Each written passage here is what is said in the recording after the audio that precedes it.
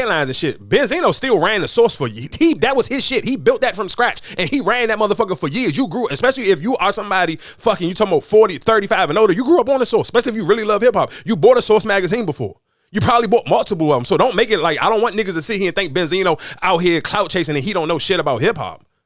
And if you need to know some extra backstory on Benzino, don't get it again. I think sometimes we live in a day and age where y'all allow social media to get you fucked up. Ask Paul Pierce if Benzino something to play with. Do your Googles when fucking Paul Pierce got his ass poked up in Boston playing with Benzino? And I'm saying they left that nigga for dead in the club. So I think sometimes with people who like, listen, I think y'all got to reel shit back in a little bit because you learn about people at the wrong time or maybe the downtime of their popularity or of their career. But like I said, I'll play the rest of his joint, then I'll come smacking with Benzino and Stephen A. Smith. Very clear. I want you to hear it from me directly.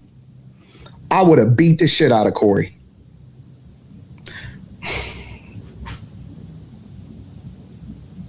These niggas in real life is frauds. Nigga, who Corey done beat up? Corey would have got the shit beat out of me. I would have beat the shit out of Corey. And I'm telling you, it is what it is. I would have beat the dog. I would have dog walked that nigga. I would have beat the shit out of Corey. His hands was shaking like a stripper. The nigga was scared. The nigga ain't want to do nothing. All of that woofing online. Nigga, I'm right here in your studio right in front of you. Nigga, if you feel so disrespected, then do something. The fuck is you talking about? Nigga, that's all we do in Detroit is fades. Nigga, that's why I keep telling you. Nigga, that's all we do in the city is fades. That's all we do. My brothers, my nephews, my uncles, my homies. That's all we do is fades. That's all we do. All of this is fade life. All this right here is fade life, nigga. I don't have to talk about it on the internet. I don't have to talk about it on the internet. Now, I don't want to do that because that's the thing that we tried to get away from. That's the shit that we got away from in the hood. Give a fuck about what you talking about, nigga. I want to be on some intellectual shit.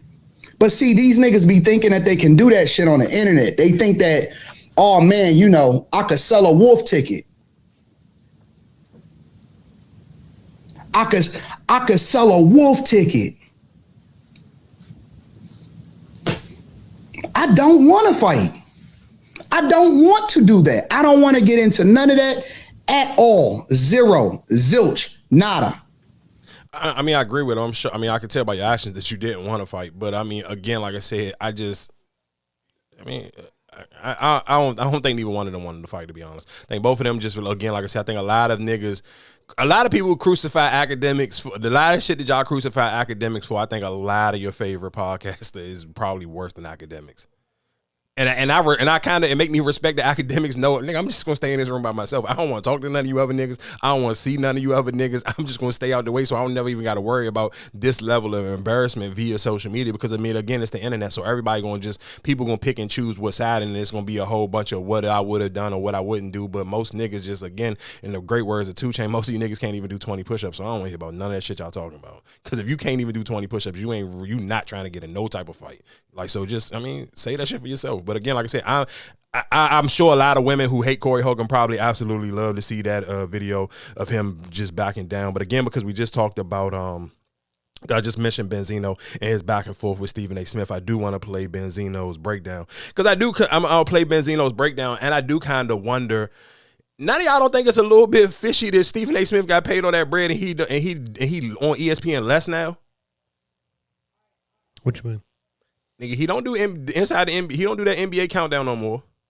He don't do none with none of the football shit. He literally only do First Take. But before he got paid, he was doing all of them. So and that's why when he said this, I'm gonna play what Benzino said, and I was like, damn, he might really be on to something. I thought about it a minute ago because I was like, damn, it's kind of crazy. Stephen A. got paid, but it's like, why the fuck do I feel like I see him less? I felt like after he got paid, I should have seen them more. Think about it. He used to be on that. What's that first count with Perkins and Andrews and what's the other, and Shams and all them other, and Windhorse and all them. He used to be on there with them. That nigga ain't been on there all season. Nigga, he ain't been on there all season. No, then I think he probably wasn't. Yeah, I think because what was that last? Nigga, he got his contract. He got his contract on the summertime. No, but that's what I'm saying. I don't think he was attached to that because with all these new faces, with what's naming him, I don't think he a part of that. Then. So when I play this clip of Benzino, then you will understand what I'm talking about. Hey, Stephen A. Smith, I'll say it to your face. You are Uncle Tom, Django, Step and Fetch It, Uncle Ruckus, all rolled up in one. You're a coward, all right? All right? You definitely tap dance. What you don't know, right, is that when ESPN came with the Pat McAfee show, they had a plan. They said, you know what, we're gonna give Stephen A. Smith a bunch of money because First Take's doing too good in the black community. Yeah, we gotta get this thing back to what it's supposed to be. So here comes Pat McAfee, and shout out to Pat McAfee, I like his show. Pat McAfee caters to the white people. He got his guys with the mullets, the cowboy hats, it's okay. You know what I'm saying, I get it. Stephen A. Smith, you was for us, then all of a sudden you took a turn. Hey, they had a plan for you. They said, you know what? We're going to pay him this money. So give him instructions to go out there and tap dance and disrespect as many black people, especially black women, because black women are on the come up. They strong. Their voices are strong. Let's get Stephen A. Smith to say some things about him. This way here, he'll lose a lot of his black following, and then Pat McAfee will be number one. They're just playing you out for money, you goofy motherfucker. You Kermit the Frog looking, invisible hairline ass, goofy ass motherfucker. Like, you're the worst. You're the worst. All right? I'll say it to your face, and I'll go further than that. I'll challenge your bitch ass to a boxing match. Celebrity boxing, me and you, Stephen A. Smith. Yeah. That's why Pat McAfee got LeBron on his show. Nobody wants to come on your show no more, Stephen A. Smith. All that, they had a plan for you. Jasmine Crockett has been invited on this show multitude of times. You sitting down talking to everybody else, how come you ain't sit down and talk to me? Scared of what I'm going to ask? I don't know. I have no clue. But So again, like I said, and I'll play the clip of Stephen A. basically sitting here asking why black people don't like him or how black people don't like him. But just that breakdown of what Benzino said, it may be for some people, if you don't really pay attention to ESPN and their programming, that you may not really notice the drop off or the disappearing of Stephen A. a little bit. But even if you just go off a time frame, like, nigga, First Take ain't on as long as it used to be. Like, that joint literally on for like maybe 2 hours, if that, because that shit come on at 10 and it's off by 12. Nigga, Pat McAfee on that motherfucker from 12 to damn near 4 o'clock. So again, like I said, and even if you sit here and say, like, when you, like, I know that Stephen A. love to throw the numbers thing, but it's like, nigga, I'd rather go ahead and go to work like Pat McAfee do with them niggas going there with whatever their favorite team is, hats, t-shirts, like he said, cowboy hats, whatever the fuck they feel like wearing and whatever they feel like doing, that's what they do on the Pat McAfee show. They got they got y'all niggas wearing suits and ties every weekend. Like, I think sometimes, and again, I think some people, you could easily be like, man, you looking too much into it. No, you just not paying the fucking attention enough. And I think nobody, you can't tell me, I'm telling you, just go, and if you think I'm tripping, Google 2023, it's before Stephen A. Smith got his bread. Google how many shows that Stephen A. Smith was on. Everybody, that used to be the running joke, and niggas like, damn, every time I cut on ESPN, I see Stephen A. Smith. Every time you cut on ESPN now, you don't even see Stephen A. no more. I think that just might be that they don't value his takes no more. I mean, I'm sure that, I think, and again, I totally agree with that part. But again, I think he is hanging himself out the drive. And let's be clear, I think Stephen A. may understand how to play the game, is because, again, because let's be clear, if Stephen A. was probably big enough black people on the political side, nobody wouldn't even give a fuck. So if we being completely honest, nobody wouldn't care, nobody wouldn't pay him no attention. But because he's choosing the other side, yeah, it makes people upset, because be like, bro, they don't need your help on the other side. So for you to use your voice and use your platform, but I think Stephen A. just not thinking about it in the long term, because it's like, what's gonna be your stick after all of this is over? After Trump get out of office, and then what? Like, what is, I guess, like, you kind of like, I don't necessarily know if you could play the heel of the political game, but for so long. Again, look at Candace Owens. Like, look at how crazy she kind of had to hit a 360 and had to try to like tap dance and figure stuff out. Again, I think Stephen A. just didn't play. And that might be another reason why they probably drawing back. All right, if you about to do this political, we not about to have you on all Oh, for sure, because we already know ESPN ain't written. That ain't the type of time ESPN trying to be on. Hell no, they ain't. And I mean, nigga, they showed you that with the Kaepernick shit, and they showed you that when they fired Jamel Hill. And I ain't gonna lie, Jamel Hill be throwing me off sometimes, and I be trying to like, I ain't gonna never call a black woman out of her name, but goddamn, sometimes Jamel Hill be fucking trying to push a nigga to the fucking edge. Like niggas was kind of like, and I didn't pay attention because I did feel like, I mean, of course, I think sometimes she was like one of the first people to kind of jump out the window with the lady, the Jaguars lady. Oh. And niggas was kicking her ass. I'm talking about she went and did a YouTube video with the lady apologizing. I'm talking about, nigga, they was dragging Jamel Hill to fucking hell on Twitter, TikTok. Before she knew who she was? For sure. Okay. Before she knew who the lady. I'm not mad at that. But niggas was not. You know, niggas ain't gonna play with that shit. Like no. You're right. But that's what I'm saying. If you don't see the video, you don't know who the lady is. Now, like I said, granted, you can tell the difference between a black woman talking and a white woman talking, especially when it comes to sports. Of course. So, but I feel like you said, you probably just jumped out the window. You didn't know who she was. And you, like I said, you spoke on it too fast. And like you say, a lot of people just want to be the first to say something, nigga, and you don't actually do your work. Exactly. And they kicked her. I'm talking about, when I sit here and say they kicked Jamel Hill ass, nigga, listen to what I'm telling y'all. If y'all think I'm tripping, nigga, go on Jamel Hill YouTube page. She made two different separate, I'm talking about, she made one by herself, apology video to this lady. And then she went on Twitter and apologized, and niggas was kicking her ass even an apology on Twitter. And then she did a video, like they did like one of them Zoom episodes, and it was Jamel Hill, it was the older lady for the Jaguars, and it was like 3 other people on the show. And she was apologizing again, but again, like you said, I always say this: you don't have to be the first person to every fucking take. Like every take, you don't got to be the first person to or something. I'd rather my take be a better take than be the first take sometimes, because sometimes the first take is just gonna make you look like a fucking asshole. And Jamel Hill definitely looked like an asshole. And I played the Jaguar lady in a second, because I just couldn't believe that niggas even got upset with that shit. People don't like me. I'm from Hollis, Queens, bro. I'm from the streets of New York City. I go to the streets of America everywhere, all over this country. I'm inside and outside arenas. Can I just real quick, and again, and this is why I and I'll play and let his full thing play out. And this is why I totally just sometimes just disagree with just even what Stephen A. trying to say. And you saying, I'm from Hollis, Queens, and I'm this, that, and the third. But I think Stephen A., and I think that's one of the gifts and the curses from being from New York City. We have seen so many successful New York City people. You never seen them in a suit probably more than 20 times.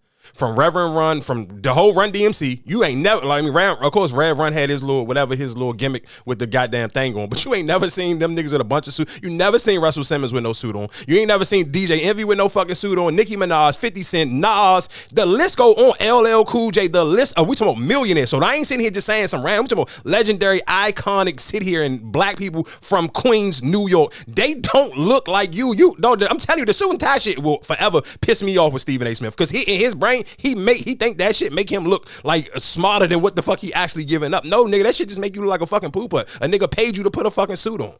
But again, I'm gonna play his shit. But him just saying, I'm from Queens, I'm from this. Like, nigga, who give a fuck?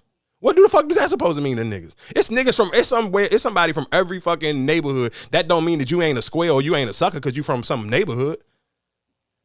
And outside local businesses and stuff like that. I'm the ambassador for HBCU Week. In concert with Ashley Christopher and other people, I've helped generate over 12,000 scholarships in excess of $150 million for black students. I'm a member of Omega Psi Phi fraternity. I ain't just down with a fraternity, that's a brotherhood. All of them are my boys. I was raised by 5 black women, Joy. I have 9 nieces. I have 2 daughters, everybody black. I still go home to Hollis. On the business side, ESPN takes our show, First Take, to HBCUs, packed gymnasiums wherever we go. Black people don't like me? You sure? Walt Disney and HBCUs, when we start going on tours every year. We've been to Delaware State. We've been to Bethune-Cookman. We've been to Norfolk State. We've been to Winston-Salem State. We've been to Savannah State. Oh, yeah, we going to Texas Southern next month. We don't stop. And I said we, because in concert with the very organization that I work for that you accused me of being paid by just to talk about white, just to talk nastiest things about black people. What about what I celebrate? People. Don't. I will give Stephen A. some credit for that. They do definitely take First Take on the road, and they do go up to HBCUs and do First Take out of there. But Stephen A, that doesn't make you like that. Doesn't mean black people like you though. Like I just hate to be the bearer of bad news for you, like on that one. Like if you want to sit here and say do black people like you, now if Stephen A. Smith was fucking if they was on fucking flyers and hosting goddamn parties and all that other shit, niggas was and outside of Disney and niggas was paying and booking you to have you sit here and come to these HBCUs, and yeah, it's different. Of course, no HBCU is gonna turn ESPN coming down during the show and highlighting their school, and of course kids gonna be there. But nigga, that don't make it sit here and seem like they out that motherfucker like they be out there for the yard fest. Like nigga, it be people there, but that shit don't be like jam packed like some crazy long line of motherfuckers just lining up to fucking get your autograph and shit. Like, come on, let's not oversell what you got going on. But again, I do respect that you do take First Take and do go to HBCUs. But I just think Stephen A. just put out a lot. Like the fucked up part about it is, and this is the sad thing is, like, God forbid if something bad happened to Stephen A. Smith, bro, niggas ain't gonna give a fuck. Niggas gonna celebrate you. The fucked up part about, and because let's be clear, Stephen A. has entertained us for, let's say, the last 15 something years. Now maybe the last 5 years you done kind of just started to go off the deep end and kind of just starting to do just the goofy tap dance and shit. But it's so fucked up because it's like you have been somebody in people's houses and growing up just learning sports and understanding sports commentating for so many years. But the messed up thing about it is, God forbid, if something was to happen to you, niggas would celebrate your death right now, and that's fucked up because of what you did recently. Yeah, and that's the fuck, and that's, I think people, and to me, and maybe some people don't care about some of that stuff. Like some people may be cool with it. I don't care if you know what I'm saying? As long as I'm getting paid. If that's what your bag is, long as I'm getting some money, you don't care about how people will celebrate you or how people will celebrate your death. I mean, then cool, do your thing. I'm not here to be the judge and the jury on that one, but that's just something that you will got to live with, and your kids will have to live with. Like, I would just feel bad because your daughter is fucking hilarious. I would feel bad, God forbid, something happens to you today or tomorrow, and then your daughter can't get on social media and sit here and get love and condolences from something happening to her dad, and niggas in the comments just sit here celebrating your shit, putting you on a t-shirt saying they smoking on the pack. If you seen how niggas did Charlie Kirk, you think right now that black people will give a fuck? Man, Stephen A. boy, niggas ain't even going, because the crazy thing is the white people ain't gonna have no grace for you. Like, white people was gonna protect Charlie Kirk. The white people ain't gonna protect niggas turning up on Stephen A. playing with his name if something happened to him. So again, like I said, that's some shit that to me as a human, that's the type of shit I would think about. Cause cool, sometimes you should have a cap on how much money is enough for you, dog. You should sit here and say, like, am I sitting here fucking up my legacy, sitting here trying to chase a political bag when you already had a solidified bag that you could have talked until you was 80? Fucking look at Michael Wilbon and fucking and Tony Kornheiser. I think that's the thing where you kind of even looking at, if not to compare the two, but it is kind of the same. Look how many people who had pictures with Trump and how popular Trump was back in the day, but then now people wouldn't give a damn or piss on his grave right now. For sure. So that's what I'm saying. So I get it. Like I said, at the end of the day, you're gonna have friends, and then you're gonna have people who don't fuck with you no more. After, like I said, well, the way you might change and may move, like. Especially if he going in the political way, I'm pretty sure a lot of people not going to fuck with him. But then at the end of the day, would that mean anything?